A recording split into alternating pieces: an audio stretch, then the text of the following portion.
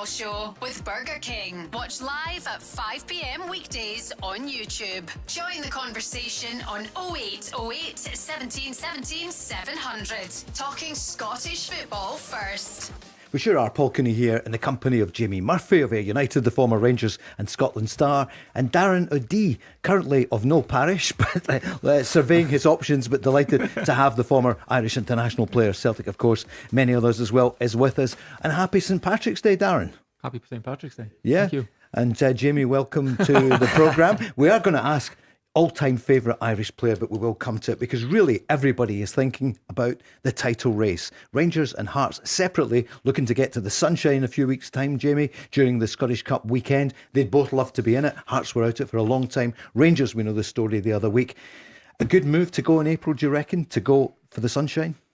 Yeah, these trips always, I think players always look forward to these kind of trips. It's just you get a bit of relaxation as well as a good couple of training sessions are kind of away from the noise. It'll be good for both teams, and I'm sure both teams will be looking to come back from that on fire, really.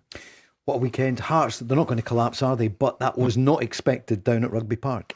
No, it wasn't. But none of the three teams are overly convincing. Yeah. So Hearts have clearly been the most consistent team because they're top of the table. So I think all teams are going to drop points. I don't see any of them going seamlessly through the rest of the season. I think it's the biggest thing with Hearts now is how do you react to it, really? Yeah. That's all it is. Title belief. I mean, Martin O'Neill is...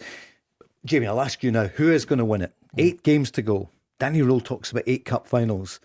Martin O'Neill, he's quite self-deprecating, isn't he? He is playing a blinder at the moment with Celtic. And Derek McInnes, West of Scotland boy, could win the title for the first time for the Hearts. And, well, in most people's lifetime. What are you thinking now with 8 games to go? Well, I was thinking Rangers before the 2 Old Firm games that we had there, but now I think probably leaning towards Celtic. I think the 2 games that Rangers had at home, to not win them was massive. They were games that they could have went out and won, particularly, well, both of them. The first game being 2-0 up, the second game being at home with Celtic put out a weakened team, if you'd say. Like, obviously not through their own choice, but missing McGregor, whoever else, Tierney. They were games that I felt Rangers had to go out there and take it, and they just never. Darren? Yeah, I said ages ago that I thought, it was back in January, I thought Celtic would recruit. Yeah. Well, all clubs would recruit, but Celtic would recruit, and then their performances would increase quite dramatically because I thought that would happen. It's not necessarily been the case in terms of performance, but they keep finding ways to win. The game against Motherwell was a better performance, absolutely. But they're not. I think Celtic would admit that. The players would admit that they're not in free-flowing best form, but they seem to just be getting over the line. And I totally agree with Jamie. The Rangers Celtic games, Hearts Celtic Rangers, but I really do believe we will get to a point where it will come down to Rangers and Celtic. It's my gut. It's logic. Yeah. It's logic. If Hearts remain there for the next 8 games, fair play to them. Could they win it? Absolutely. They're top of the table.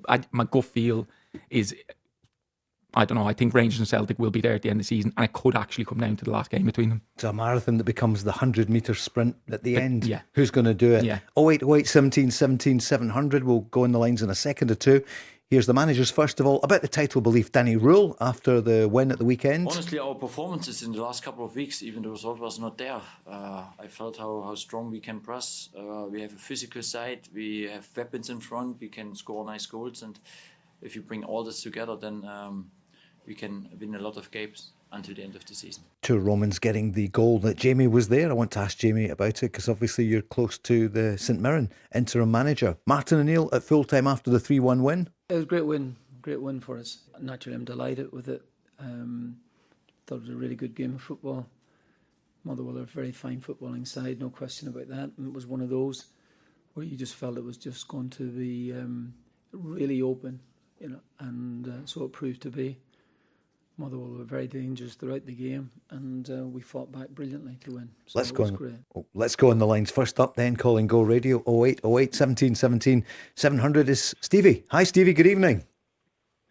Good evening guys, happy St Patrick's Day, Darren. Hi Stevie, thank you. Likewise. So Stevie, what are you thinking? Title race, do you think about anything else? But again, I watched the Hearts Kilmarnock game as a neutral, mate, and I said to you weeks ago, Paul, that experience would come down here, and they just looked a bag of nerves, and then when Kilmarnock scored, they had absolutely no reply, and they're the games that you've got to roll up the sleeves, and Jamie's played them and Darren's played them, but you sit and go, right, boys, we're in a game, we're in the title race, and we need, we need you all to win your individual battles. Every ball in the box, we need you to attack it as if your life depended on it. And the Hearts didn't look like that, Paul. Yeah. Celtic did, and I know Rangers did as well. So they did. So I just think with the gap down to 3, obviously, between the top 3, is absolutely brilliant. As an advert, obviously getting into a World Cup year as well, and we'll get the friendlies coming up, and Harvey Barnes is getting slated down in England that people don't want him, so that's even funnier. Harvey who? No, I'm happy to play for England, so England are going, but we don't want you every day. But to me, I just think it's all positive. I know the European runs weren't the best, but Celtic done the best at what they could. So hopefully next year, we can launch maybe a challenge and all the teams that qualify for the European places. But as I say, experience, Darren knows that. When your back's against the wall, you need to win ugly. Obviously, I work at Finley West of Scotland, and Big Brian, you'll see yourself, they won the 4th division, but they won 7 games in a row, 1-0. So they did. And that got them over the line. That was enough points to get them over the line. And I don't think Hearts have got that kind of mentality, that when they go behind. Darren, what would you say to Stevie? What he's saying is logical, because you can, until you've done something, you can't say you've experienced and you've gone through it. So Celtic have done it so much that you kind of look at it and you go, they're not playing at their best, and they haven't for a long time. I don't want to keep going on about the performance, because it's not about that. I'm just more making the point. They're not at the free-flowing best. They just find a way. And when that's really what it comes down to, I don't think anyone's going to get, Rangers, Celtic or Hearts are going to get to a point now in the last 8 games where they're going to fly through the finish line. It'll just be who has got enough grit. At the minute, Celtic have got people, their manager, their coaching staff, and then not a lot of people on the pitch that have won titles. Rangers have some. Hearts have, I don't want to say that factually, I assume they've no one. Do they have someone? My point being, Celtic have the most. That might be what it comes down to, because I don't feel any of them are flying away with anything. Clearly, that's the case. I'll tell you who's playing well again for Celtic is Yang. He seems to love life under Martin O'Neill. And Maeda coming back into the picture. Martin O'Neill spoke about both of them at full time. Well, I believe that he was about to leave the football club in August time. Which has been a wee bit strange, I must admit. What he's done in my 2 spells here has been, I couldn't have asked for any more, really. Not too far behind him was Daizan today. I thought he was great in terms of what he does for the team. Goes up and plays centre forward in the first half, comes wide in the second half. But Yang's performance was just, as I said, immense. Jamie, Yang, the kind of player that you would pay money to go and see, and yet you couldn't really see that in the first 2 seasons when he was here. No, but sometimes a manager and a player just suit each other. Yeah. Martin O'Neill obviously wants his wingers to be direct, take the man on, get crosses in the box, and he certainly does that. You can see over the last year probably not how much better as a player, because you always, when you go to a different team, it takes a little bit of time to get used to it. So a lot of it will be due with confidence. Confidence. This manager believes in me. I'm going to go out there on the park. I don't need to worry about anything. He likes what I'm doing, so I'll go out and do it. So I think Celtic are certainly seeing the benefits of that. Darren, I see he could be back in the South Korean squad. That's what I just looked at there. He's only 23. Yeah. You just put it in context. And I actually believe if you sign for Celtic, all these things are taken off the table, because when you come to the club, you're there to kind of take on the mantle that the jersey brings at Celtic and Rangers, and really any club you go to, but certainly the Glasgow clubs. He's 20. Well, he must have been 20, 21 coming over. Like that is a mammoth move to do at the best of times, let alone even to move in your own country and then move all the language, everything to actually just move and survive. He's done all right. So, and then you've Martin O'Neill, and then you take in the context of this style of team, the wingers, the way they play, the way Jamie's described it is perfect. It's just fit, and he's done great. Stevie, it's going to come down to, how much will come down to the experience, do you reckon? Martin O'Neill was doing it 25 years ago. It's a remarkable story, isn't it? I was thinking this morning, he's 74 years old, and he's there with a chance. Even Jamie said it there. He could win a double. Again, mate, so it's not even weeks ago, and you say to yourself, the wee blip where they get rid of him and then brought somebody else in. If that hadn't happened, I think we'd be home free with a trophy in the cabinet. But you sit and say to yourself, that as Darren and that was saying there, I was just listening to you guys, that you sit and say that when you're in that changing room, you know what's expected of you. But again, Yang, obviously somebody in another radio station was saying that Yang couldn't even get a game in a Saturday afternoon amateur team. And now look at him. So whatever they've said, I think Yang's hurt. So he has. I mean, really, is that how bad you rate me? And because he's playing out his skin. Again, Oxlade Chamberlain's finding his feet. Yeah. I know he's only there for a few months. I mean, Chanvara, Amadou and stuff like that. So, to me, guys, I just think it's we normally get slated because Rangers have won the league by Christmas, Celtic have won the league by January, and then it's just a mere formality and things like that. But now we're high profile. We're actually high profile for the right reasons, Paul. You know what I mean? We're right, again, Hearts are causing a stir. It's back to 1985 again. But to me, I just think it's when the split comes, I don't think anything is sorted or right, they're going to do this, they're going to do that. I think there's still a lot to play for coming up to the split. But I think with Celtic's next game is Dundee United, isn't it? Yeah, Dundee United away, Sunday. Yeah, you know what I mean?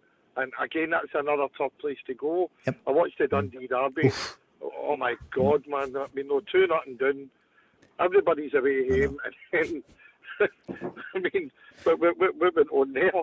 So it's not, but again, another good advert for the Scottish game.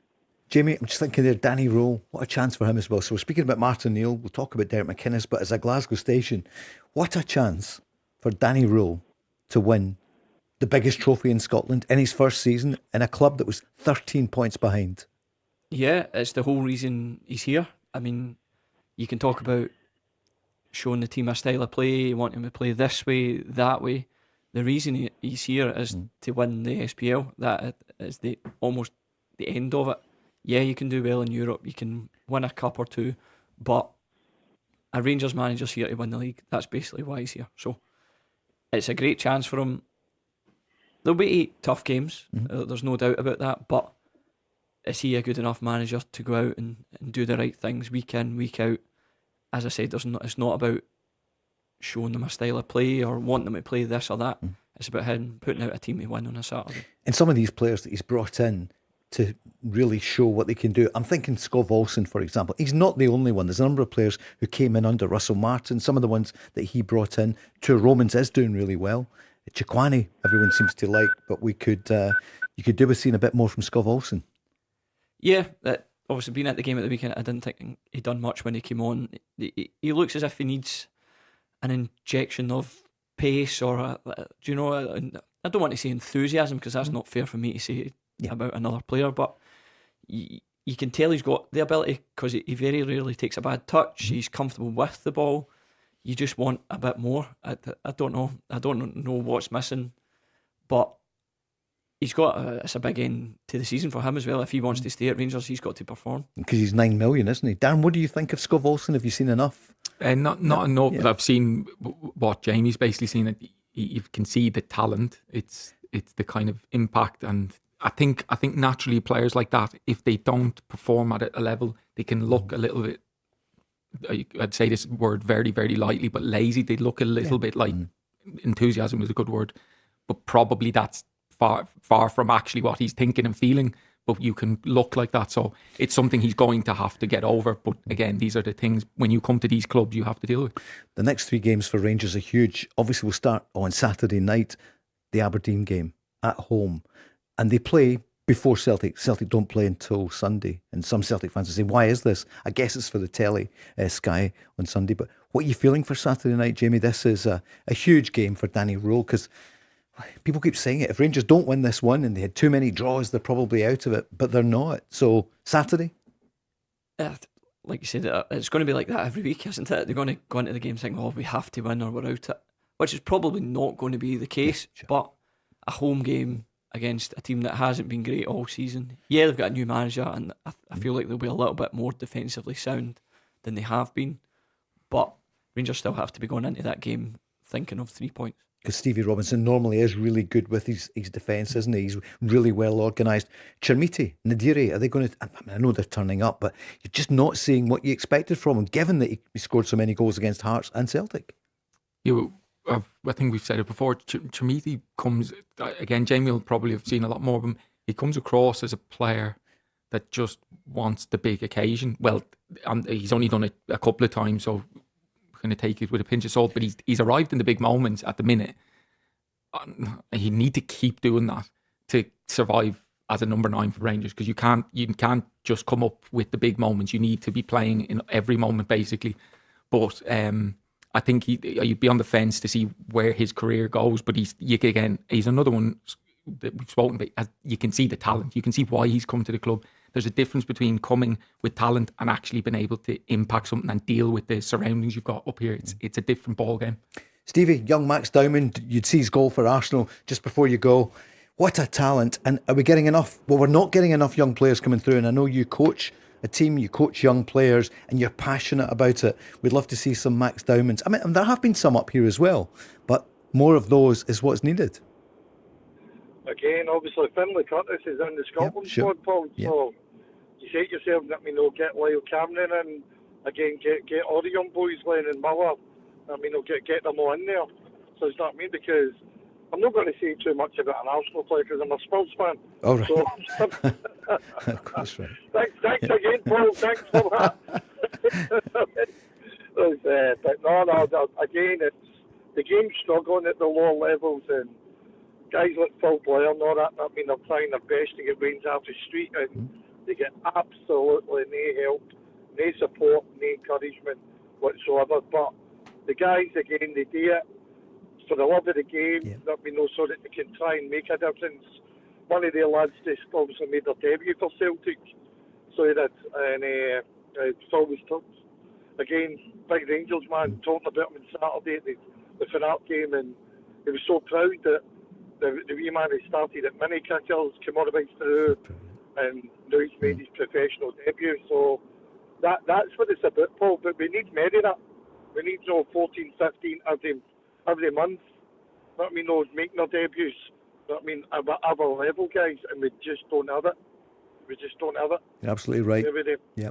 Stevie, all-time favourite Irish player, who would it be? For me, it's Ronnie Whelan. Yeah. Okay, of course. Ronnie Whelan. He was just so unpredictable. Yeah. So he was, and that goal he scored for Liverpool at Wembley, man. Wow. What a player. So, Stevie, so thanks so much for your call and memories of Ronnie Whelan, what he did. He's some before your time there, Darren, but do you remember? Yeah, just slightly. Yeah. Oh, no, I remember. Yeah. Yeah, top player. 0808 17 17 700. We're back next. The Go Radio Football Show with Burger King. Champions League night tonight, but sadly no Scottish teams in Europe. So even the Europa League on Thursday night, we're not involved anywhere. But for the Champions League, which one would you watch tonight? Jamie, would it be Man City, Real Madrid, or will it be Arsenal you'd watch? Or Arsenal aren't a good watch at the minute. they win, but again, they win games. But you give Man City a watch, see if they can get back in it. Who's going to win it? Who do you think overall? Is it Real Madrid again? The record they've got is phenomenal. Yeah. Like no other. And it's not like they've always got the best team. They just, again, we talk about winning. They're a team that wins. PSG, maybe with the way they play, the style of football, it's good to watch. So, yeah, maybe PSG. 5-2 up, of course, against Chelsea. Tonight, who would you watch? It's on just now. It kicks off shortly. Sporting are 3 down to Bodo Glimt. Man City against Real Madrid. Arsenal, Leverkusen, or Chelsea, PSG. Are you just going to watch them all? I don't have 4 TVs. Yeah, it's got to be Man City. You've got to watch that game. They obviously took a heavy defeat out in Madrid, and it'll take a massive comeback from them. But you don't know these level of teams, they can do anything. They're just top players. Pep Guardiola. I mean, you couldn't bet against them, could you? I mean, you might. No, I wouldn't bet against them. Yeah. No, but I think at that level, I can't say in terms of experience, but you just watch it and anything's possible because the level is so high. So anything could happen. One of the headlines today, we had him on last night briefly, with Stevie Clark. Some of the headlines today, Clark open to club offers as the SFA dither. So there's no firm contract on the table for Stevie Clark, who's led us to 3 major tournaments, 2 Euros, and now the World Cup, as we all know. And I think a few months ago he said he was maybe 75-25 in favour of probably calling it quits after the World Cup, but he didn't say for sure. But he's now saying maybe 50-50. This is what he said this time yesterday. Like I say, I've been here, there and everywhere. I've had a very brief conversation with Ian about what they want to do moving forward. But from the last time when we spoke, nothing concrete to say this is happening or that's happening. I'm really comfortable. Should he stay or should he go? I'm really comfortable. We had an open conversation. I think I said it a way back, 25-75. Probably go 50-50 now. But I think I'm waiting on the Scottish FA now coming to me and saying, look, this is what we see as the future. And if I'm part of that, then we can have that discussion. The thing in my head is what do I do next? Where do I go next? What's next for me? I've qualified for 3 tournaments out of 4. I think that's a pretty decent record. Obviously, I'd like to do a little bit better in the tournament this summer, but that's something that we can address when we get out there. What's next? In the Scottish FA, I've got to think a little bit about what's next for them. Do they think that I'm the guy that can go forward and progress the squad into the next tournament? So that's what they have to decide. I've just got to sit and wait and see if any club jobs, if anybody approaches me between now and the end of the season, and then I'll have a decision to make. Jamie Murphy, what do you feel? I feel like he's probably, I think I've said it on the show before, he deserves to decide himself. I think, he, like you said there, 3 tournaments out of 4 for Scotland, having not reached it in so many years before. I think he deserves to decide what his future is. If he wants to stay, I feel like the SFA should reward him by giving him a new contract, let him stay. If he thinks, no, it's time up, time to pass the baton, then that's also fine as well. So I think Scotland fans they're not, because of the way that he plays football and all, people get a bit hung up on this all the time. They'll want a new manager in at some point, but is he going to be as successful as Steve Clark? I tell you what, it'll be really hard for them to be as successful as he has. He's a hard act to follow, but they could be damned if they do and damned if they don't, because if we don't do that well in the World Cup, people will say, why have you given him another 2 years? Darren, what do you feel? I think a lot of Steve Clark, and listen, I'm lived more of my life in Scotland than I have in Ireland, so I feel a huge affection to the country, and I want the Scotland to do is not as well as Ireland, but slightly behind. I absolutely love seeing Scotland do well, and I think Steve Clark's done an unbelievable job. I agree with Jamie. I'm a little bit uncomfortable listening to it because Steve Clark is really clever. That would be my perception. Very, very clever, and he chooses his words very clever. He's not someone that speaks too much. He knows what he's saying, and he's kind of putting a message out a little bit to say nothing's concrete. And you don't want to be going into a tournament not knowing is what everyone's comfortable with. But I just felt listening to him there. Is he comfortable with this? Does he want Scotland to offer him a contract? I don't know. No one knows. I suppose that's the thing. But those comments there's something a little bit behind it, I think. What do you think? Give us a call, 0808 17 17 700. Jamie, because there is a kind of dangling there of you saw the headline, he's open to club offers, which just sounds as though he is. And why wouldn't he be? He's just 62. He's 12 years younger than Martin O'Neill. And these days, Dick Afaka still over 70. I know he just gave up a few weeks ago, but shouldn't be age defined. Do you think you could see him go back into club football in England? Yeah, he had relative success down south. Obviously, was part of that Chelsea staff that had a great team and got to so many Champions League semi-finals and whatever. But yeah, he definitely made sure to mention that he's waiting on some offers. Yeah, Celtic have been mentioned a few times for him. If Martin O'Neill doesn't want the job or whatever for next year, but looking at Stevie Clark, could you see him? I know we talked about it a few weeks ago. Could you see him, if he was offered it, taking the Celtic job? Hand in heart, Steve, that's what I'm saying about Steve Clark. He's very hard to read what he wants to do. I said a while ago, I thought he potentially wouldn't have wanted to be in Glasgow, but that's me just saying what I perceive him to be. I don't know him at all. But do I think he's a viable candidate for the job? Absolutely, yes. But is he a poker player? He probably he could be, probably very good at it. Yeah, probably very good. I mean, he's so understated, in that Ayrshire way as well. That 3 out of 4 is not too bad. But I think the Celtic job is, and Rangers, those jobs, you need someone that can sit in front of a camera 3 times a week and handle it. Martin O'Neill is clearly a master of it. Steve Clark looks like someone that he doesn't get wobbled easily, I would say. And for Martin O'Neill, no matter what happens now, at the end of the season, and you would expect, they're in a great position for the Scottish Cup. Nothing's won yet, but they're still in there. And the league, 2 points off Hearts. And you've already said it could well be between Rangers and Celtic. By the way, no disrespect to Hearts. Hearts fans, give us a call. What does Celtic do for next season then? If he wins one or both of them, they would have to give him first choice, surely, for the new season. Because it's then difficult for whoever comes in to be taken over from somebody that's just won a double, if that's the case. Or... I think you're in a position where you say to Martin, what is it you see for yourself? Like, he has to be the biggest part of the conversation is what does he want to do? There's so many variables with it. I don't think this season has been like mental. It's so hard to predict. To say what's going to happen, does it matter whether he wins the league or not? The job he's done coming in, regardless, has been outstanding. So the winning the league or not, should it matter? Really, in terms of his credentials, his credentials aren't changing. He's an outstanding. What does he want to do? Where does Celtic want to go with it? Does it match? We'll find out. But I genuinely have no idea. I've no idea what's going to happen, and I don't like the idea of it. Does it come down to the league winning? Martin O'Neill is Martin O'Neill, regardless. So can he manage Celtic? Absolutely. Does he want to do it? Does he want to take it on if they didn't win the league? Does he want to if they do win the league? I don't know. We'll find out. It's a really hard one to dictate. He's got a young team around him as well, led by Sean Correct. Maloney. And that's what I'm talking about with Steve Clark. You couldn't have a statesman that is in front of the camera, leads, and then you've people on the grass every day. There's football now is so much different than maybe when I was growing up with. It was a manager and his assistant. Now the staffs are so big. The manager can be the front and centre, or then you've got these models of head coaches. Celtic at the minute have a manager. When it was Brendan Rodgers, it's a manager. Ange Postecoglou, manager. And then you have Ronnie Dyler would have been a head coach. So you get the levels. What route do Celtic want to go down? They then have the problems, they have the questions of who's going to recruit a manager.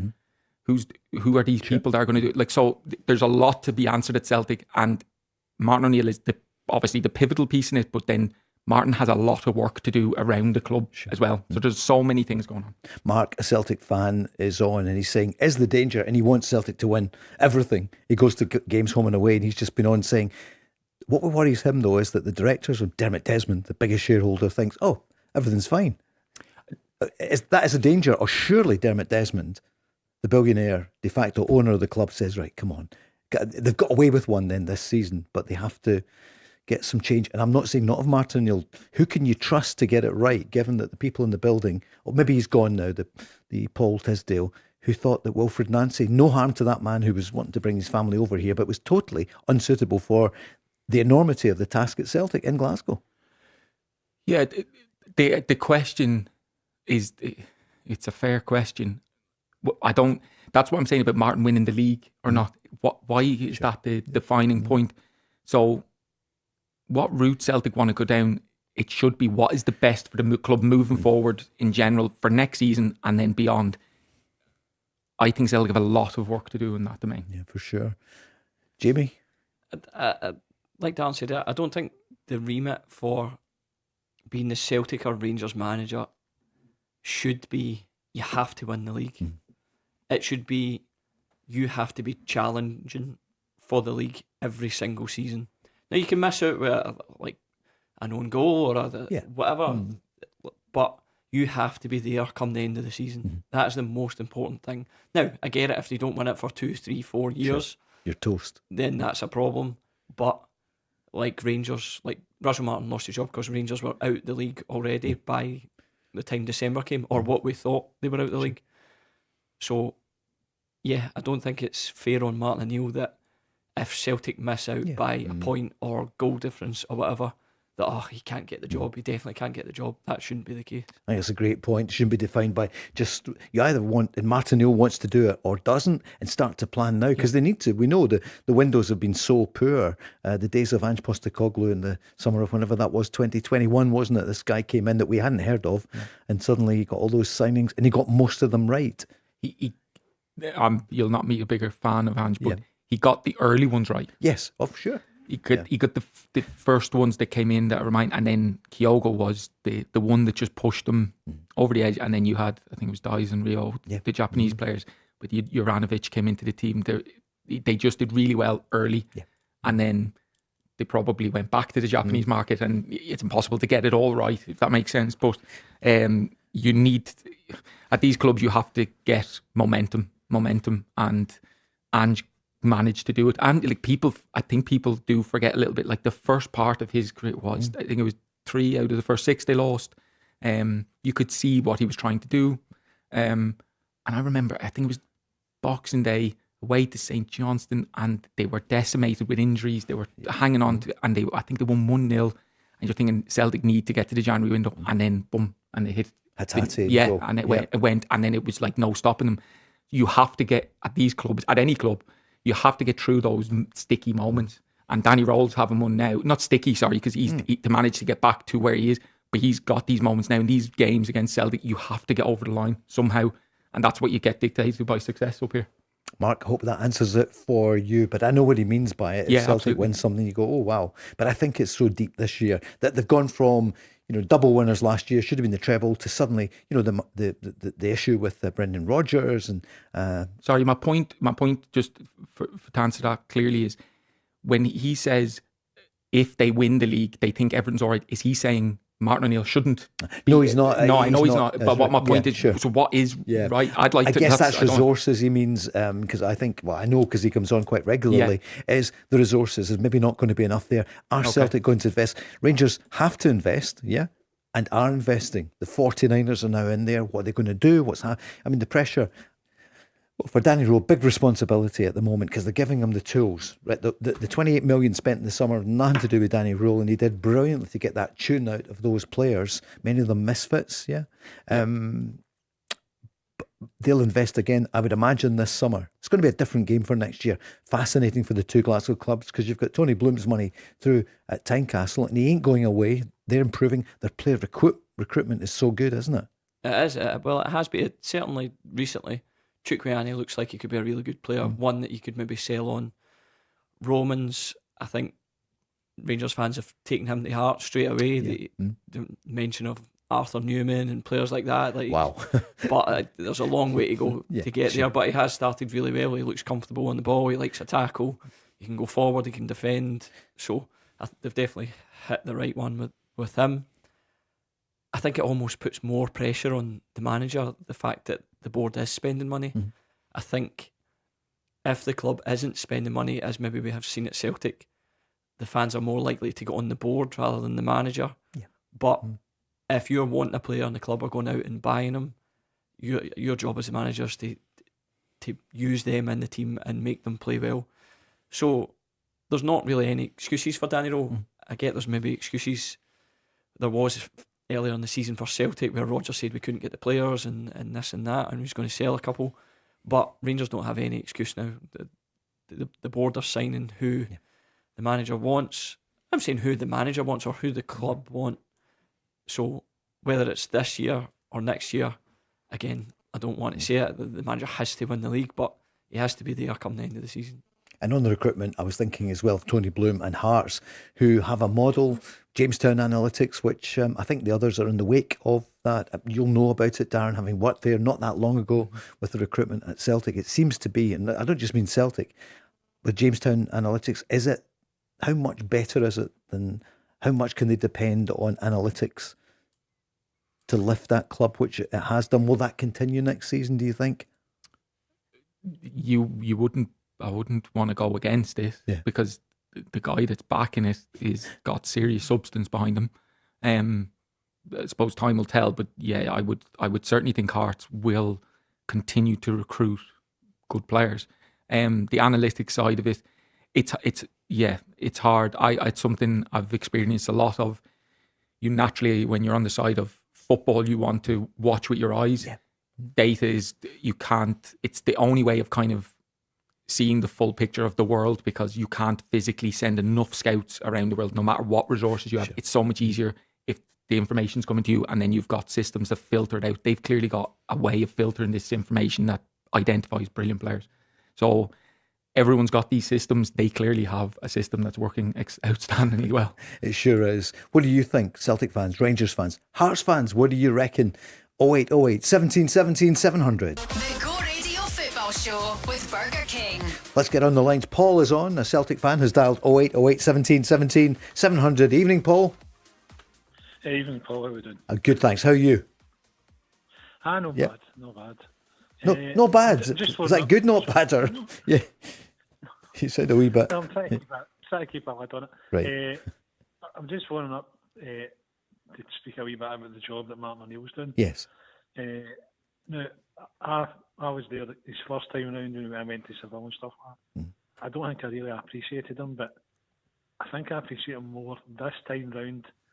I'm amazed the job he's doing. Really astonished. The job he's doing is unbelievable. What he's getting out of these players now.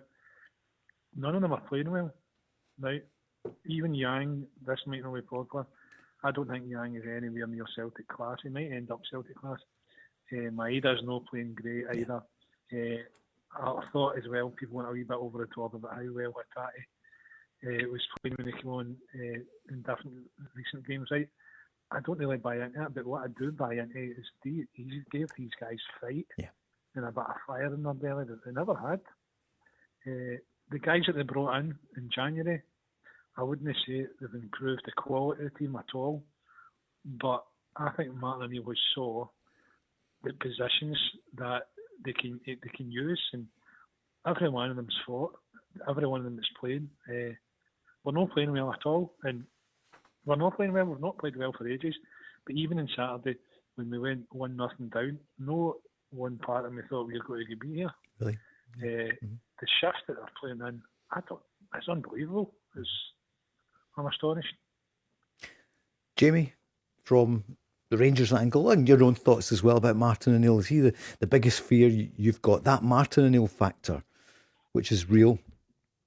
I think it is. I think if it was any other manager, you'd be thinking, oh, they've never experienced this or whatever. They've got a lot to do between now and the end of the season. But when you see Martin O'Neill and you know he's been there and done it, you've seen the lift that he's given them over the past 6-8 weeks, whatever it's been, and obviously previously to Nancy this season and what he's done in the past.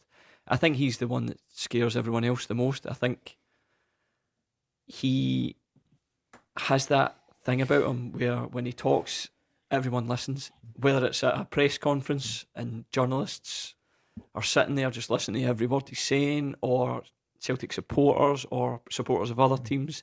Everyone seems to listen when he talks, and it's a great thing to have as a manager. Darren Adi, what would you say to Paul about Martin and the Martin O'Neill effect?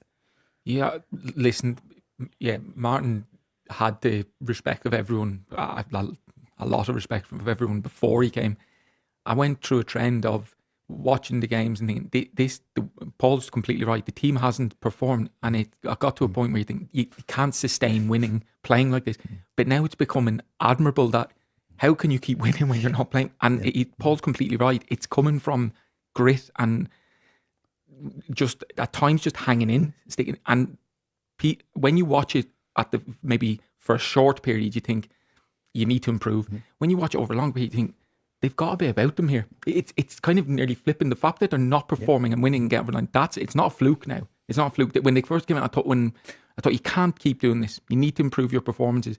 The way I'm looking at it now, I'm like, I just think you've got enough about you. And Martin, clearly, Paul's point completely right, is the guy that's the difference in it. He's getting everything out of everyone. I totally agree. That squad now is not better in terms of talent. It's better in terms of depth since the January window. And Martin's just managing to weave his way all the time without actually better players, but he's just getting everything out of everything. And with the injuries, of course, Yeah. you know, with the captain. And I mean, the Rangers game, Paul, was, you know, take either of them. The first game, Rangers were 2 up, could have been more at half time. And I think without Martin O'Neill, do you think there would have been that turnaround? No, I think whatever he does, I mean, he's a tiny wee frail man now, you know, but whatever he does, they don't want to let him down. Whatever it is, and it's a different kind of arrogance than Brendan Rodgers had. It's different, but even in the lead up to the 2-2 draw, I must admit I'd been impressed with what Danny Rowe's done. He hadn't put a foot wrong. But I just thought that press conference when he commented, I just thought, oh, you're going to regret that. Martin O'Neill will now use this against you. That's the first mistake I think he really made, where he commented. It just kind of played right into Martin O'Neill's hands. I just thought, you're going to regret that. I know, Jamie. Hopefully, he will regret it. But I was surprised on the night when we played the audio here that he took him on about the Stuttgart result. You know, it was a Scottish team winning. Just leave it. Everyone said that. Walter Smith that would have said it at most. Oh, good result for them. And, you know, to do that, then to take on Sinisalo before the game, then on the match day, and he says to Luke on Sky, oh, I see I was right about the keeper, basically. Those were not the words, but why do it? And you think, you get a 36-year-old who hadn't put a foot wrong, you get the 74-year-old on his birthday. It just, I almost cringe for Danny Rule, honestly, to say, Danny, pump the brakes, concentrate on the football, you're doing really well, and go out and beat them. Yeah, it almost caused a lot of stir without anything actually really happening. But yeah, it's maybe something that he can learn. Sure. Like, obviously, I think his only previous manager's job was Sheffield Wednesday. That's right. Is that right? Obviously, he's been assistant, different. But as assistant manager, you're not the one in front of the camera every week. So I think with these kind of things, you can think it, but sometimes it's best not to say it. For next season, what do you think, Paul? Listen, it's such a long way to go, but you know, we hear the name Jens Bertel Askew, who I think is the favourite to take over from Martin. If Martin, isn't the manager next season, you heard Stevie Clarke's name being mentioned. What do you feel? Well, you know, I would hope, if it's not like with Martin O'Neill, that Martin O'Neill would be involved in the recruitment process, because he's got that much respect by the powers that be at the club. Let's be honest, Dermot Desmond. And when Martin O'Neill went the last time, it was him that put Gordon Strachan forward. And again, that wasn't a bad appointment. I would have no problems with the guy for Motherwell. I can't think of him, to be honest. I mean, Martin O'Neill's got to leave that. He's got to leave that much impression that it's changed days. There's no stickouts. There's no. There is no. You would be going for a guy who you would always consider from a smaller club. Sure. Well, here's what Martin said about Jens Bertel Askew at the weekend. He's done super, absolutely super with the side. Really good, really fine footballing team, and dangers all the time. You know, so. They take some risks at the back, and so do we. But, you know, when you're hoping to try and break the press, all those type of things. Imagine me talking breaking the press, you know, at 74. But all of those things, I think is, I think I said in the notes, it's been a fantastic effort by them. Really fantastic. A really fine footballing team. And, and well done him. Don't bet against it not being Martin next season. You never know. No, absolutely not. He's a bit like Colombo. Do you remember Colombo? Did you ever watch them? Do you not watch the... No, didn't. I thought maybe you'd watch the review. It's even before my time at the Colombo. Do you ever watch them, Paul? The Mac, did you? Aye, exactly. But do you know he kind of bumbles now? Okay. Martin's doing this, isn't he, at the press conference? Oh, here, listen to me talking about the press and all that. It reminds me of him, and he would bumble about, okay, but he always knew who the baddie was, and he caught them at the end. You should watch some of them on reruns. They're brilliant. Paul, thanks so much. I don't know how we got into Colombo there, talking about Martin O'Neill, but thanks for your call. Cheers. Thanks, Paul. Cheers, Paul. So it is fascinating. A few mentions coming in, a few Celtic fans saying Jens Bertel Askew. Barry is on, a Celtic fan, saying he likes the look of Bertel Askew. You've watched his Motherwell What do you think, Jamie? Yeah, I think he's certainly destined for a bigger job than Motherwell. No disrespect to Motherwell. Your first club. My first club, yeah. Obviously, definitely not disrespect to Motherwell. But I think for his career, he'll be looking to go higher. Whether it's going to be in the summer, whether he gets him into Europe and he wants to perform with him in Europe, it's maybe something that he wants to do. But I'm sure he's been earmarked by not only Celtic, by a number of clubs to be their future manager. So that's the bit that when you're up in Scotland, and particularly with the Glasgow clubs, you naturally think when you come knocking, someone comes. That mightn't be the case because he's actually done such a good job. That will be getting, that will be all over Europe. So, and because of his nationality, he could go anywhere. Danish could go Copenhagen. Do you know what I mean? There's huge clubs that will be certainly, he'll be on the radar of a lot, but he's certainly done an incredible job. Danny Rowe, was a good weekend for him to get the win after, a disappointing couple of weeks. But he was asked how he reacted when he heard about Hearts losing at Kilmarnock. Yeah, I would lying when I was not smiling after this. This is normal, but I know in the next week it's again, and we have to deliver again. And it goes now a little bit up and down, this team who is now consistently until the end and take the right results will win this league. And what about his own result at the weekend? 1-0 against St Mirren? We are happy today. I think after 3 good performances without the right result today, we took the result, and this is the most important. When you go in cup finals, it's about winning games, and today we won the first cup final. Jamie, former Rangers player, the club that you supported as a boy, but you were there. Mixed emotions because it's one of your best friends, Craig McLeish, who is doing a really good job. I mean, where's he come from? Yeah, I was at the game. I was there with his family and a couple of our other friends, just supporting him, watching the game. Yeah. But yeah, he definitely deserves it, whether it's going to be just 1 game, 2 games, or however many. He's worked his way up from being a youth coach, head of Children's Academy, into the under-19s. Stephen Robinson liked him as a coach, brought him into the first team coach, and he got his reward at the weekend, having to take a game of that magnitude. They played, I'm not going to say they were amazing, but they played better than they had in previous weeks. They just never really had anything in front of goal to trouble Rangers. So there's stuff for them to work on, and it's going to be a big end to the season for them. Sure is. He spoke well. Because you're dealing with the media, which is such a big part of it. Rangers fans, what are you thinking then? St Mirren fans, what are you thinking? Who do you want as your full-time manager? And for Aberdeen, Stephen Robinson is in there, and they come to Glasgow to play Rangers on Saturday evening. 0808 17 17 700. News is next. The Go Radio Football Show with Burger King. Watch live at 5 p.m. weekdays on YouTube. Join the conversation on 0808 17 17 700. Talking Scottish football first.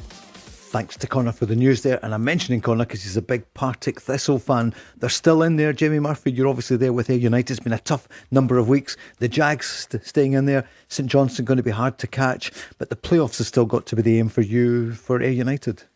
Absolutely, yeah. It's still something that we can achieve.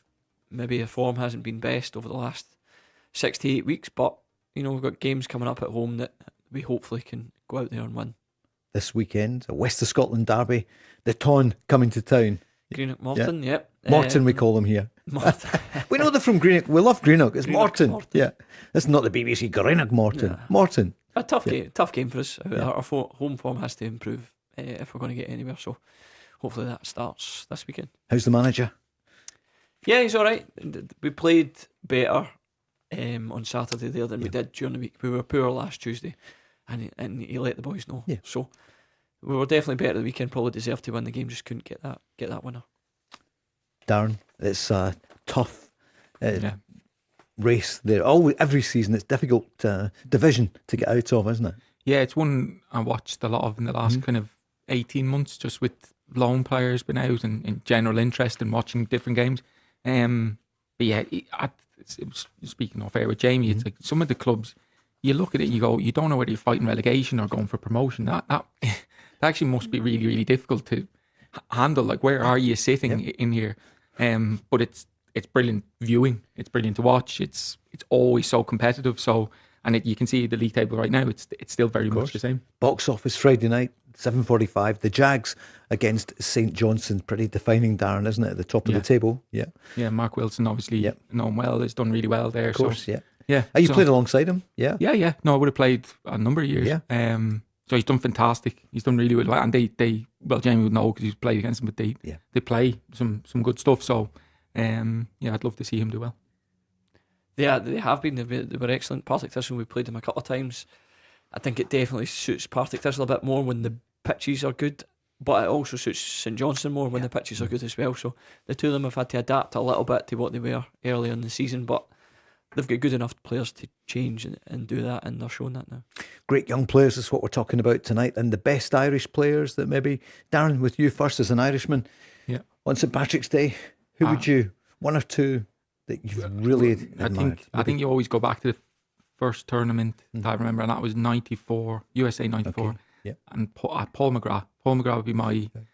There's loads of them I could go on, but Paul McGrath. Wow. Yeah, what a defender. So Man United, Aston Villa and Ireland. A bit of a firebrand, wasn't he? It would be hard to control, I would imagine. I think he was part of a generation that probably liked their nights out, but he was he was incredible. Like he was a match day player when he came out and played. I remember USA 94. I think I was 7 years old. Like you were inspired watching him. He was on a different planet as a defender. And of course the goalkeeper, one of your favourites, Pat Bonner. Yeah, who's still a legend in Ireland, isn't he? Yeah. That team were the team I kind of grew up. You had Steve Staunton in it, Pat Bonner, then Niall Quinn. There's loads of them. Obviously, Roy Keane was kind of a younger guy in that, but there was so many. Ray Houghton, we spoke about. That's right, we did. Paluca goal in '94. So that was my first team, and so I kind of have an affinity with it. And was that David O'Leary? He'd gone by then, maybe? He was more. He was the 1990, wasn't he? Yeah, that's right. Yeah, of course, the penalty. That's right as well. Yeah. Jamie, for you then, from best Irish player. Well, it's hard to pick one, but you don't have to. Pick a few. Like Dan said, you remember World Cups. I think the first time I remember seeing them in the World Cup was 2002. Right. And they had a couple of big results. I think they beat Germany at one point. Robbie Keane. In the last minute, it was a big point. Though. Yeah. Damien Duff, players like that. That's Matt right, Holland, Jason McAteer, Ian Hart. All these guys. That's a team that I remember when I was growing up. Of course, and from the north, George Best, probably the best ever to come from the island of Ireland, isn't it? George, but what a player! Hard to argue. Yeah, and obviously you're too young, both of you, to see him. But he came to Hibs as well. The older, is that right? He did. He came to Hibs. He was in his 30s, wow. But he played there, and he played a season, I think, Easter Road. It was bizarre. I was kind of young reporter on programme, but George Best. It was phenomenal. I might be way off here. Did he sign? Sure, he was at Motherwell, or he really? was going to Motherwell, and he never played a game. Or I played him in a friendly. He was in at Pollock's ground at Newlands Field, and the place was absolutely jammed. Thousands of people there, and there were many stars from Celtic, Rangers. But I remember he played, and he was just different class. Yeah. Willie Henderson played, Jimmy Johnson played, and George Best on the same field. It's absolutely phenomenal. Favourite Irish players to watch over the years, and Liam Brady was another player again before your time, but the Arsenal, Juventus. Yeah, top. Yeah, really, really good. And then he went into Arsenal's academy, and he obviously played a big part. Kind of, and he was. In fact, I'm saying it. Liam Brady was part of the setup when I was in it, as in the first team setup. He was part of Giovanni Trapattoni because he spoke Italian. So you had Marco Tardelli as the assistant, and then Liam Brady was the. So you didn't have much to live up to really when you were getting coached by those three. But top player. George Best did. Here is something, Jamie, you're not far away. He played for the San Jose Earthquakes against Motherwell in a friendly at Fir Park on October the 11th, 1981. Reports suggesting he played a half for each side. There you are. A 5-2 Motherwell victory. He was 35 at the time, a major crowd puller, a significant attention to the Lanarkshire club, bringing them during a brief appearance. So there you are, Jamie. Yep. Who told you about that one? There's a lot of the folklore, unuseful knowledge in my head. It's brilliant, isn't it? Yeah. St Andrew's Day, I'd love it to be as big here as St Patrick's Day. It is, right around the world, St Patrick's Day. It's amazing. And I hope you're having a great day. And St Andrew's Day, I think, November the 30th should be celebrated. But it's up to us to make it, to get Tartan Day to be bigger in New York and all the rest. Spread the good word. Listen, enjoy today. Talking about young players or great players, Finley Curtis, I think it's a great story, isn't it? He could easily have kind of, disappeared, but he went to Kilmarnock not that long ago, doing so well for them, and he's in the Scotland squad. And I hear his mum was in tears when she heard he'd been called up. This is what Stevie Clark said about him yesterday. I thought he was quite direct, tries to make things happen. From wingers, you want a player that's not scared to take someone on and put the ball in the box. have a shot, and he's doing all these things with Kilmarnock. I think it was his debut. He had like 7, 8, 9 shots from the right hand side. So a player like that's definitely not a bad thing for Scotland. I think wingers is probably something that we probably lack. I know you've got Gannon Doak, but obviously quite a bad injury there. He missed a bit of time. So everything positive about him being in the squad. Finley Curtis, a great story, isn't it? It just shows you can go on loan and it's not sort of football death sentence. It's another opportunity for you to play and still be recognised. Yeah, no, listen, he's so young that he's obviously impacted himself in terms of making his debut at Rangers and doing well. Him going out on loan is a massive step forward because he's going to Kilmarnock to then be a main player and actually impacted, and then look at the recognition he's got from it. So absolutely total respect to do it, first of all, and come out of your comfort zone and actually go and make a career rather than being at Rangers, coming in as a young player, playing a couple of games, then there's this dip, and then thinking, I'll just sit in here because it's fantastic. The facilities are brilliant. I'll just live a good life, probably decent money. He's gone, thought, no, I want more of Rangers. So what I'm going to do is go out to come back in potentially, or he goes on and has his career elsewhere. Either way, it's a really good move from him.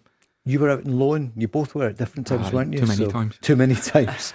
So when you were younger, Jamie? Not early in my career, no. Okay. I know you look at a young player now and it seems like they're being told they have to go out on loan and do well and all that kind.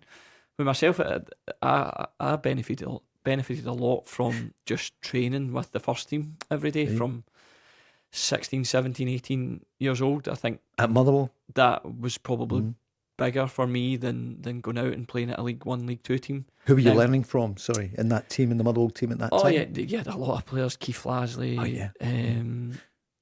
I can't believe Keith Lasley's the only one I've rung up there. No, the CEO of Keith St Lasley, Stephen McDonald, Scott McDonald, Richie Foran, people like that, like hard. Stephen Hughes was another one who was really good to me when I was a kid. Like all players that were good players, but like hard, like training was nasty and dirty and tackles coming in and everything. Paul Quinn and used to kick me all the time, but like it was great for me to train with these guys and get used to it. But and I get there is two ways. You can either do that or you can go out and play 90 minutes every week. But the first way worked for me. Darren, loan spells. I don't want to traumatise you, but tell us about one that you enjoyed. No, the loans were all right. Like I went to different. Jamie's talking about 16, 17. I went. You were older. I was 20, maybe 21, maybe. But I went to Reading, then Ipswich, and then Leeds. So that was my last 2.5 years at Celtic. I went out on loan 3 times, but to brilliant clubs. So it wasn't exactly. I'd already played X amount of time, so I wasn't going out necessarily as a development loan. So it's not the same. It's not the same experience of what we're talking about. And Callum McGregor, he went on loan, didn't he, to Notts County? Notts County, that was with Jack Grealish. Mark Fotheringham, who's in as a first team coach, he would have been a player there. Callum did absolutely fantastic. And these are the funny bits. Callum would have gone, and it looks now, if that's a brilliant move from Celtic, put him on loan and bring him back. The reality is probably going on loan to go and make a career because it probably wasn't happening in Celtic. And then boom, your chance comes. And I'm going to crazy statement. I remember him coming in. It was away in Europe. I'm sure he played off the left wing, and it just showed you just need your opportunity and you just need to take it when you go. And listen, there's no doubt Callum McGregor's done that. He played for Notts County when I was down at Sheffield United in the same division, and I think he scored a silly amount of goals. Like I actually thought he must have been a striker or whatever. I think he was playing maybe as a number 10 or whatever. But it's funny how your career evolves, how he eventually moves back, maybe number 8, maybe off the wide area, and now he's just that out and out. And do you remember him then when you were there? Yeah, obviously it's different down there. You only play twice a season, so you don't get to see them all the time. But obviously shown to be a top player. And we started there on Kelly. Are they going to be okay? Jamie's on from Kilmarnock, 08, 17, 700. Are they going to be all right? That was a big win for them at the weekend. Jamie, what do you feel? They've got Livy this weekend. Yeah, they've certainly given themselves a better chance than they have since the January window. I think Neil McCann's came in, he's done really well, and he's changed a couple of things. They seem to be a bit more offensive without shipping too many goals at the back. So I think with the appointment of Neil McCann, they've given themselves the best chance they possibly could. Darren, what did you feel, Kilmarnock? Are they going to be safe? I don't. If I say they're going to be safe, I'm really saying St Mirren won't be. Yeah. So I don't know, but the win at the weekend's massive. They're definitely trending upwards. But I think St Mirren will be okay. But it doesn't. I want to say both will be okay, but clearly not both. Probably won't be.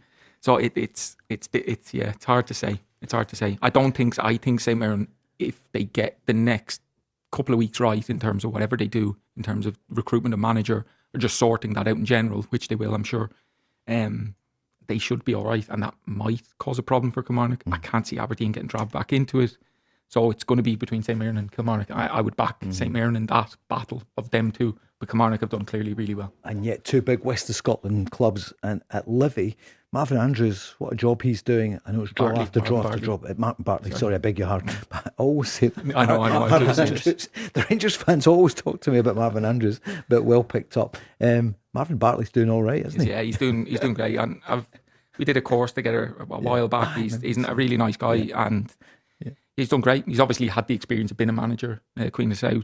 He's come out, gone back in, and been a coach again. I think he was obviously a coach there before, and now he's taking the lead. And they're trending upwards. I think it's too much to ask, I think, for them. So it's really a battle for that second bottom place in playoff. What do you think, Jimmy, at the bottom? You just never know, because they do have the bottom six split, and I know obviously Kilmarnock are playing Livingston next at the weekend. If Livy want to think about staying up, I think that's huge for them. To go there and win would be a game changer, I think. But Kilmarnock looking good, just won at home.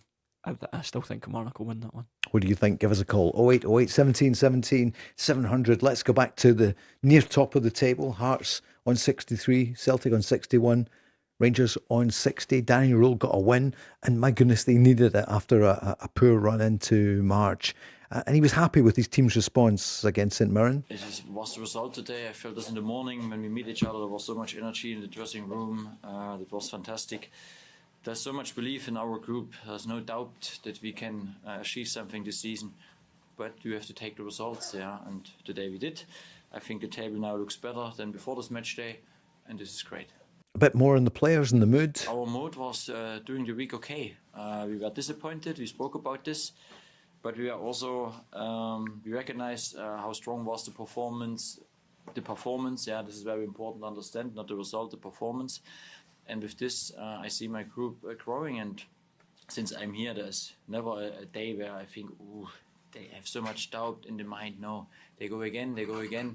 And we are hungry, and not more. I know this is just a small step, 8 cup finals now. And in this stage of the season, it's about winning the cup finals. And he spoke about the return of Conor Barron.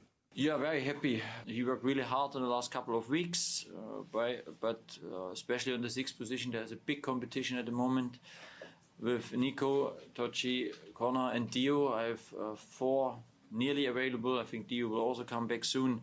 And it's not easy for me, because all these 4 deserve to play, how they train.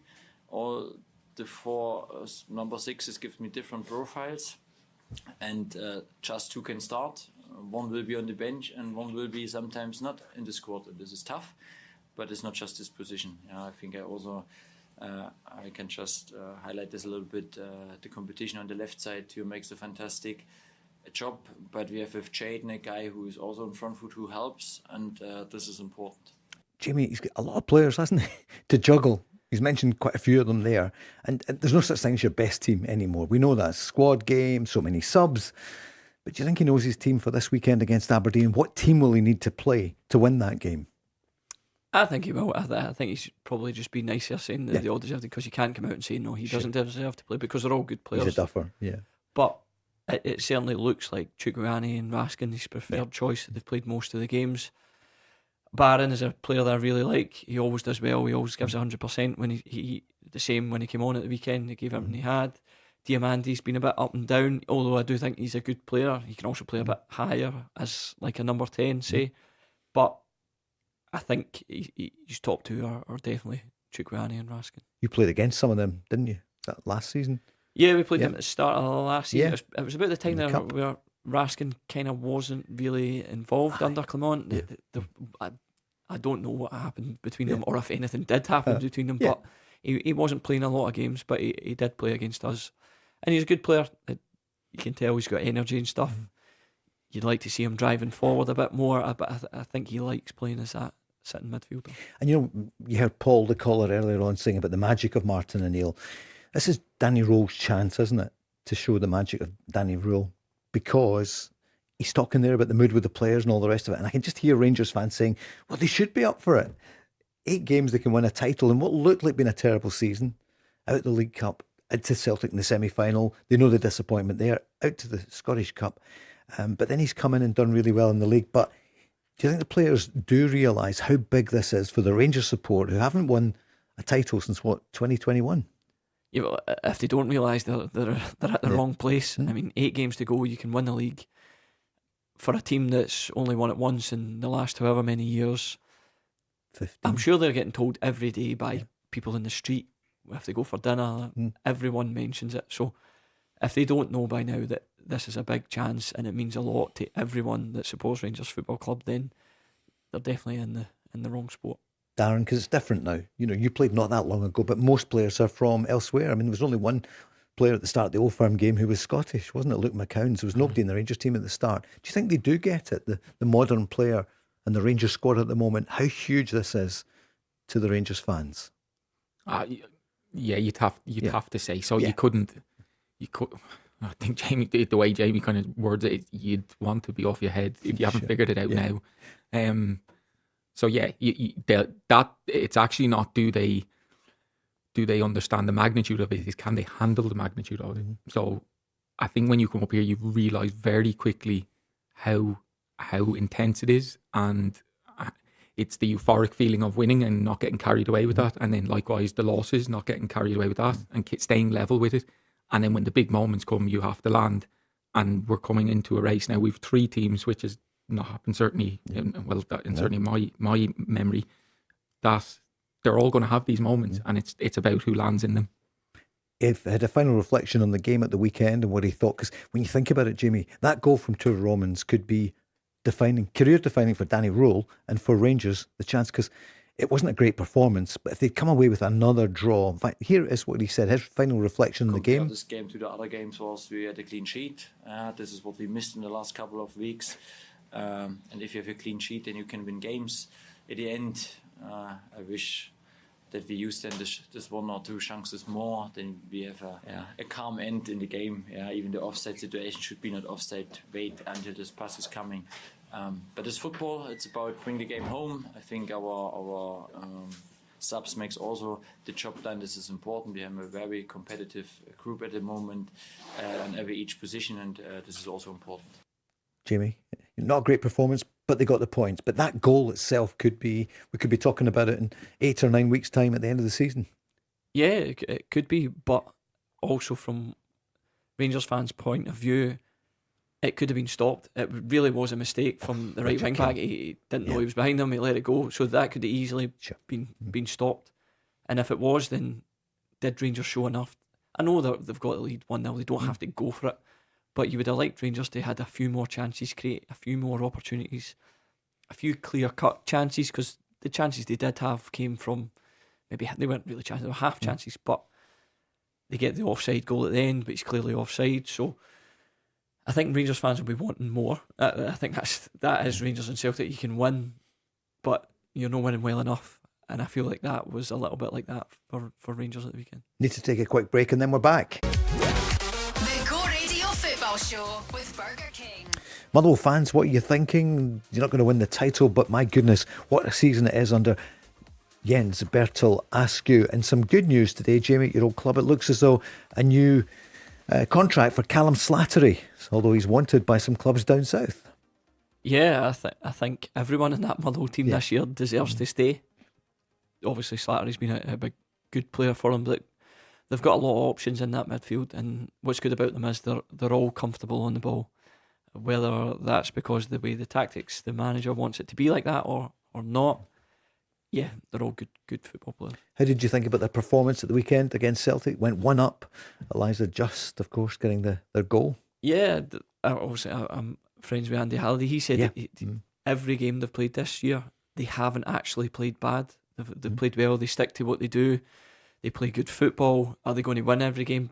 No, but I think it's important that they play their way no matter who they're playing. They don't change for anyone, and you can see the success they've had by that.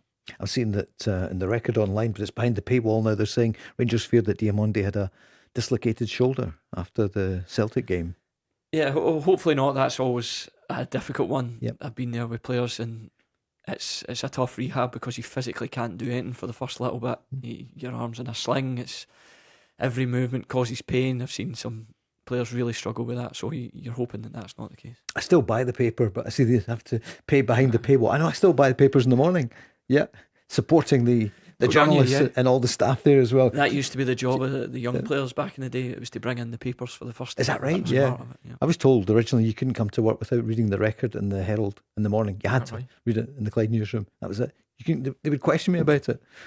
The only one we had to bring in was, I remember, I don't know if I should say this, but the Racing Post was called the Bible. Oh, right, yeah, of course. Bring in the Bible. Yeah. After Cheltenham last week, it looked a bit out of hand, didn't it? Yes, Some of it down there. But we'll move on from that. But Callum Slattery, Darren? Yeah, really good player. I don't, like, you're kind of reading it, Motherwell will be desperate to keep him for sure.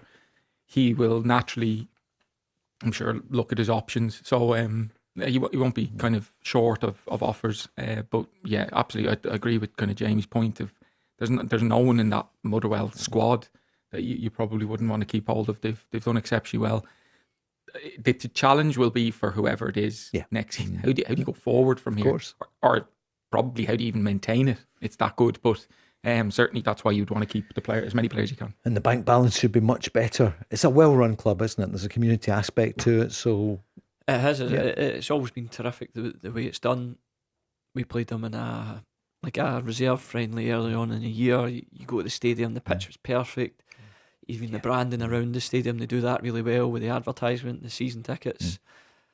The Well Society, all the fans, they're all great as well. So yeah, it's a club it's been on the up for a while, and it's come out this year. And a great game this weekend, Motherwell against Hibs coming up. So that is one. I know they've been virtually selling out at the matches. Rangers Aberdeen this weekend. What about the Dons then? What do you both think? Stevie Robinson, I think most people think what a good appointment. Nobody could understand why it took them 2 months to do it, and they've lost some, because it's St Mirren. You felt as though something was going to change there. So they're having a tough time, but Stephen's gone up there. Can he be the first manager in a long time to do really well? I'm not taking away from Jimmy Taylene winning the cup last year. Darren, what do you feel? Can he? Yeah, absolutely. I obviously worked with Stephen very briefly at Motherwell, and he's what he'll do is he'll maximise everything he's got in terms of the staff around him, the people around him. He's very good with that, and then obviously the most importantly, the players. He obviously has a brand of football that he's very clear on what he'll want. Whether he will adapt more to what Aberdeen will want, I would imagine over the summer he will. But in the meantime, I think he'll go in. They're obviously not in the position they want to be in now. They're going away from home to Rangers. Very difficult game. I'd imagine he'll be pragmatic and then try build some style of play leading into next year, I would say. It's a tough one for him. I mean, obviously they'd like to win his first game at home at the weekend there. They looked as if they were going to be good for it. Obviously Falkirk get the late goal, and then you're thinking, oh no, we've got to go to Ibrox next week. A tough place for them in recent years, But your worry is that they get dragged into that battle at the bottom. You know, you've got St Mirren who really need to win. Kilmarnock, home to Livingston, could they win the game? It's all ifs and buts, but if St Mirren and Kilmarnock win their games at the weekend and they lose, there's only 3 points in it. So they'll be looking for wins. Whether it's going to be this Saturday or not, I don't think so, but they do need to start winning games. Kevin Nisbet beginning to score, so don't think he's going to make it for Scotland, is he? But he got a goal again at the weekend. Yeah, I think if you're no matter what team you are, but particularly if you're battling at the bottom, you need someone that's going to pop up with a goal or two at important times. And Nisbet's kind of been that throughout his career. He always seems good for a goal. He's always in and around the box, in and around the goalie. You could see with the goal at the weekend, stealing it off the goalie and scoring. He's going to be a big player for Aberdeen between now and the end of the season. Darren. Totally. And that is the difference between Aberdeen's budget, if you want to call it, and the people they're around, is they've got someone like Nisbet on the pitch. So inevitably, if you can I think what Stephen Robinson will do is try to keep things tight. And when you've someone like that on the pitch, you inevitably he will get enough goals for them, I think. So I don't see them getting dragged in. I don't. No, they're 30 points. I'm saying no, but they could. St Mirren on 24 along with Kilmarnock, exactly. And then Livy on 15. Did you ever enjoy playing at Pittodrie? Yeah.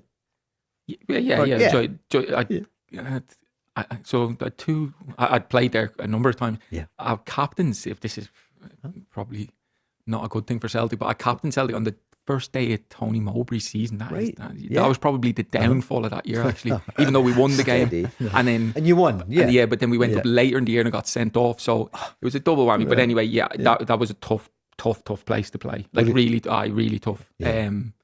I have to admit, there's not many away grounds in Scotland I would say was any easy to go to, but Pittodrie was one it was a tough place to go and get 3 points. It's quite an atmosphere, isn't it? Yeah, it was good. It was a brilliant game. It was competitive. They had really good players right down the years I played against them. So yeah, brilliant club. Jamie, you've played there a number of times.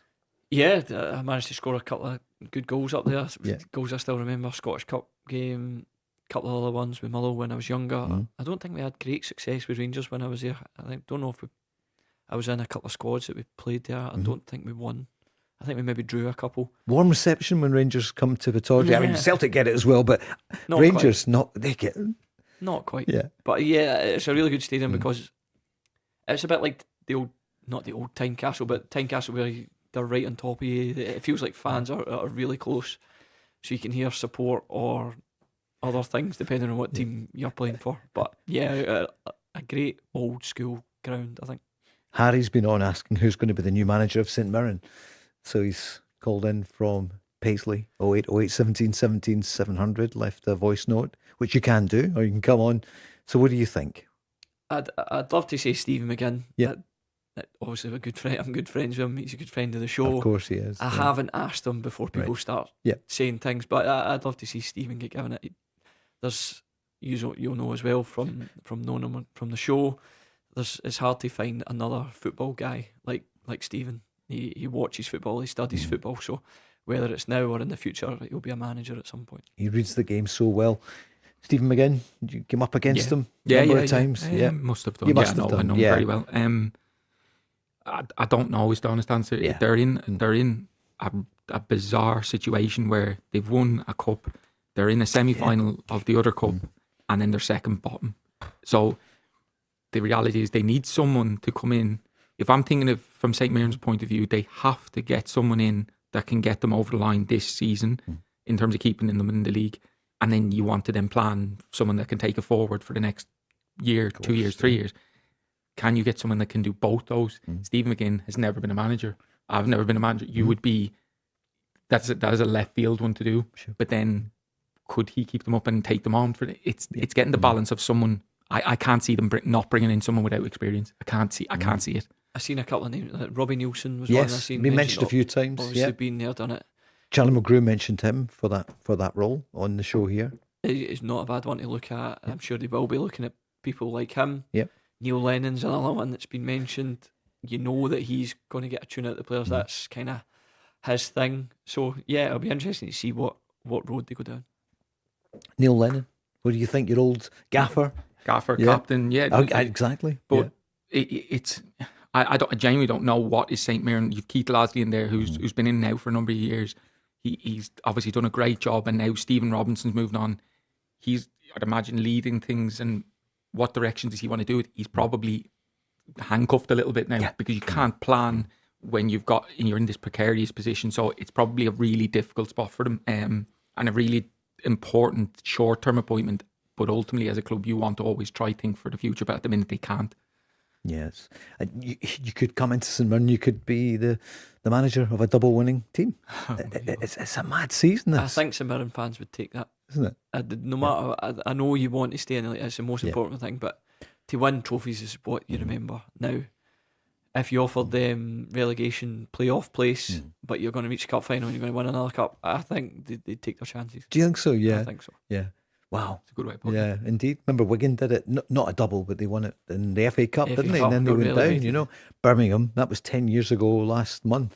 I said that to Barry and Peter Grant, who were on together. Peter was one of the assistant coaches, and Barry, of course, Birmingham captain I think certainly beating Arsenal that nobody expected. Players go on to achieve different things in your career, but if you win a cup, I think players always remember that. Now, supporters will always remember that as well. They'll always remember where they were when they won the cup. Were they at the game? Were they watching it on the telly? Who did they watch it with? Were they watching it with their family that's maybe no longer here? Whatever. There's always memories that come along with a win like that. Yeah, Andy is on saying, huge Rangers fan, he said, Russell Martin was speaking about Glasgow. He said, there's some things he should have done better. He loved the people in Glasgow, loved the city. But one of the headlines is, I feared for my kids. He was going to bring his children to the game. But this was fairly early on. But the fans turned on him very early, Jamie. So there's no point in going back over it. But he was pleased to hear him say that he liked the city of Glasgow and the people here. Because, look, there are things that happen that absolutely shouldn't. But Glasgow has got a great heart and people are, by and large, pretty friendly. Yeah, and having played with him when I was at Rangers as well, I knew how much he loved being up here. He liked. Now, don't get me wrong, he went to the wrong place now and again, being a new person up in Glasgow, where I think he got into a bit of trouble at Maryhill Tesco's at one point. We had to tell him maybe don't go to that one. But why? He got a bit of abuse over the counter or whatever it was. But he was nice. He's a calm guy, so there was no trouble caused. But yeah, he certainly has kind of seen the West End. Yeah. Like, he was that kind of guy. He went for a coffee. He liked everything about kind of the West End, the Glasgow and stuff. So it's not a surprise to say that he likes the city, because I kind of knew that anyway. Sure. It's just disappointing that it didn't work out the way he wanted to. And particularly talking about his kids coming to the game, and that should never happen. It should never be like that. Sure. Darren, who'd be a manager of Rangers or Celtic? There's got many pluses, but the minuses could outweigh it. Nah, I think you'd love it. Well, I think if you're there by definition, you crave it, and it probably won't be your first job, so you've done it before. It's football. Like it's a very difficult environment. It's not nice to hear about kids and stuff, of course. But I mean, at the best of times, like I've been involved in it now at Swansea, and I've seen a guy he's got kids, and he's not getting anything that's over the top in terms of abuse. But it's hard to watch at the best of times. Yeah. And then you put that into Rangers, it's in a different planet. And it actually filters into your kind of personal life as well. So, yeah, to be a manager anywhere is tough. To be a manager up here is, I'd say, a little bit tougher. I can imagine you two in 5 years, and I'm calling up, hello, Paul Cooney here from the Go Radio Football Show, and Jamie, can I speak to the manager? Yeah, you're through to the office. You'll patch me. Darren, I won't even get through to you, will I? There's no chance. Answer, I promise you, I'll answer. And say no. We're going to take your call next, 0808 17 17 700. The Go Radio Football Show with Burger King. Sad news came in yesterday that one of the great names in Scottish football, Jim Fleeting, of course, who did such a great job. He's manager of Kilmarnock. He was at Ayr United for many years, SFA performance coach as well. And Jamie Murphy, you knew him. So sad, 71 years old. Yeah, a really good guy. He was a big part of our Scotland under-21s team staff. He was assistant manager, basically, but he was the one that would go around talking to everyone, keeping everyone's spirits up, whether he'd won or lost. Really enthusiastic, really loved football. So, yeah, it would be a big miss. Who was the manager? We had Billy Stark. It was Billy Stark, of course. But of course, it was the two of them as well. And Billy joined us in a programme a few months ago, which is online. And of course, Julie's daughter has done so well in football now, in punditry as well, and a really good footballer. Yeah, I'm not wrong in saying she's one of Scotland's best ever women's players. Most capped. Yep. Most capped.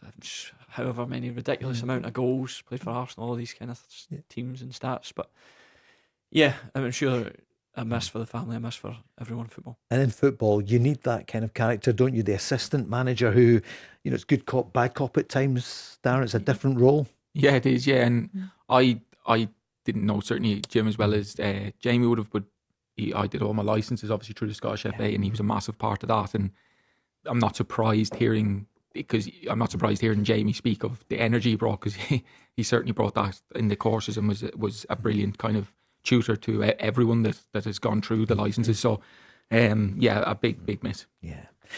On Scotland, and he loved Scotland so much. What did you make of the squad yesterday? It came out, Jamie. Any surprises?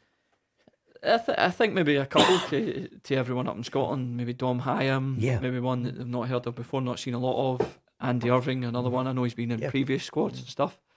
But I think Finley Curtis was obviously the biggest surprise. Maybe ones people weren't expecting. Tommy Conway obviously been good for the 21s. Hurst been in there before. You'd like to see a bit more of. But yeah, also good to see Nathan Patterson back in the squad, having missed a lot of time through injury as well. So yeah, a lot of positive names in there. Darren, Ollie McBurney, as I call him. I don't know. I don't know as much about the kind of who's missing out necessarily in the circumstance around it. The one thing I would say for Steve Clarke now is he ain't thinking about anything other than setting up for the World Cup. So I think there's always, and I'm talking not about Scotland, I mean just in general with international football, for clamour of new players and developing and evolving. It's not about involvement now, it's about getting ready for a tournament. So I think Finley Curtis is a clever one because Ben Doak or Gannon Doak is, if he's fit, he's a guarantee that's going.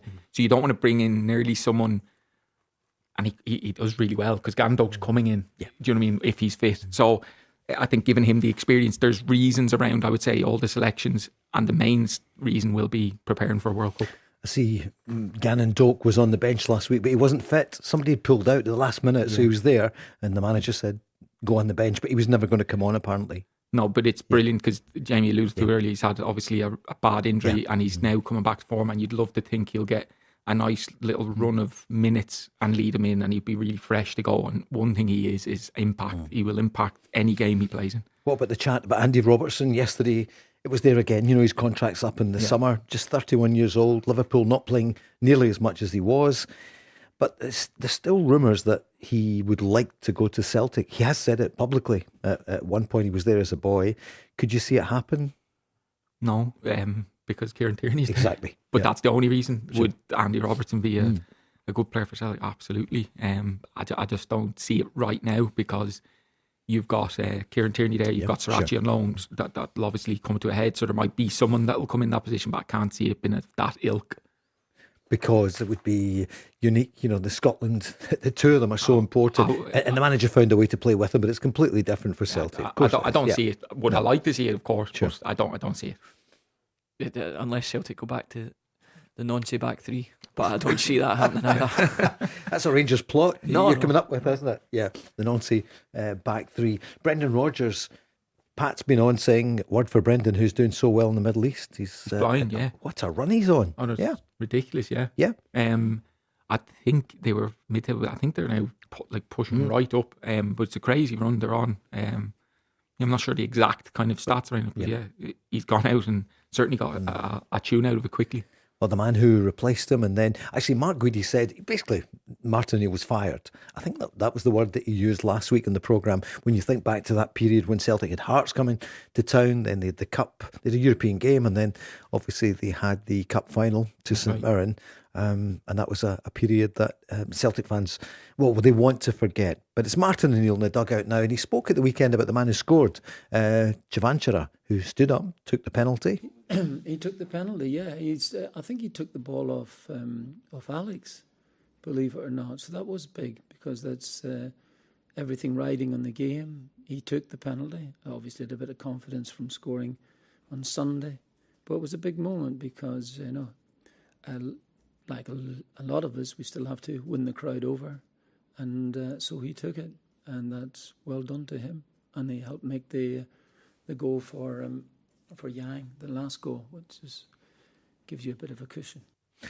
Darren, I see he was snubbed for the World Cup playoff by the Czech manager, so the stuff on today about it, he's not, Chavanchara himself or his agent wasn't happy. Is he coming good now for Celtic, do you think? No, not necessarily, but I think it's a big, you always like to see it, especially someone, I am a number 9, if you want to call it that, taking the responsibility of what he did at the weekend, taking a penalty. But I don't think he's come in and added to the squad rather than the team. He could be a pivotal player. He could score pivotal goals.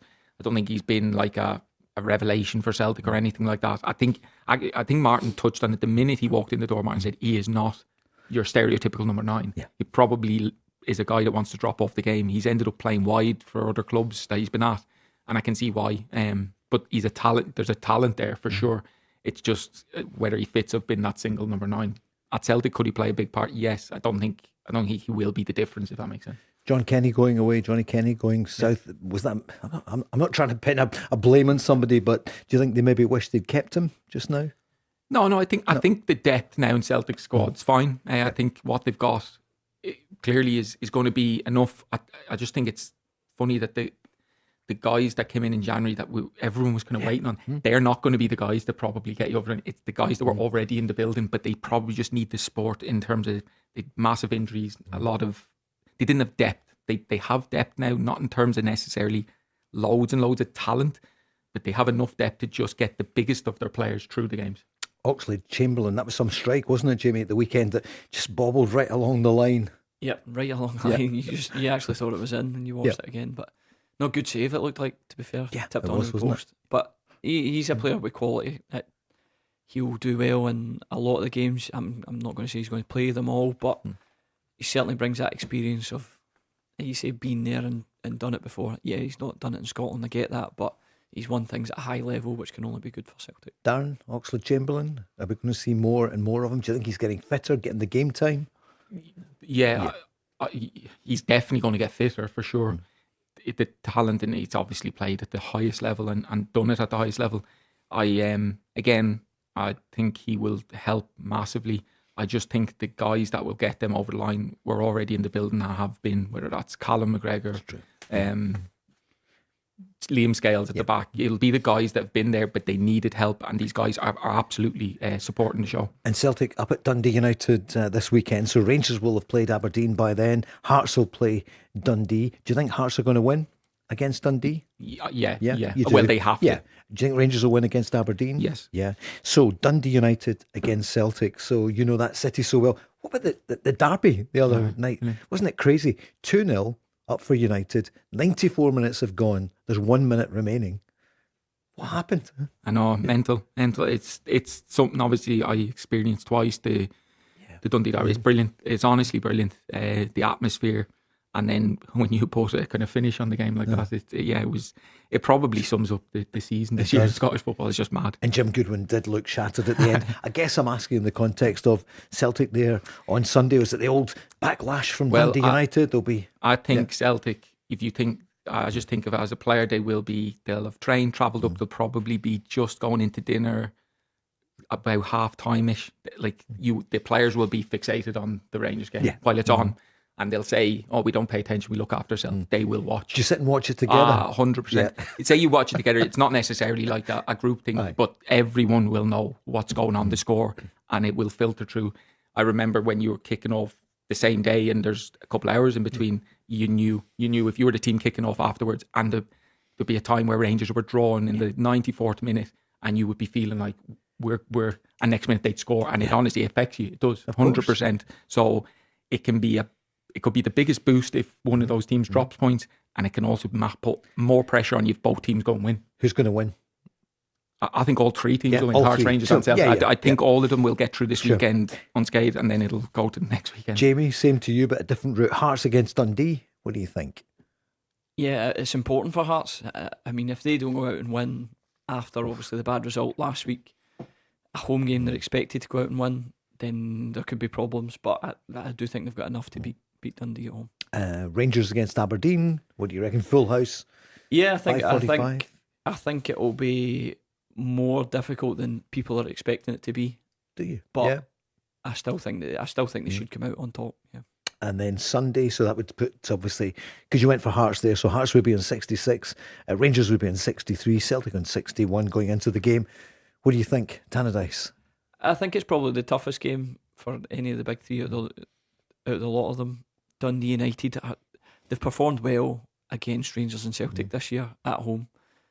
You can argue other times in the season when they haven't looked great and whatever, they're going to be in the bottom six, but they've performed well at home against the big teams in big games. So I'm not going to say it's going to be a draw, but it's going to be a draw. It's going to be a draw. No, there's a chance that they could come out with that draw. I don't see them winning the game, but it could be a draw. Okay. Jamie, thanks so much. Good luck this weekend for the match with Morton.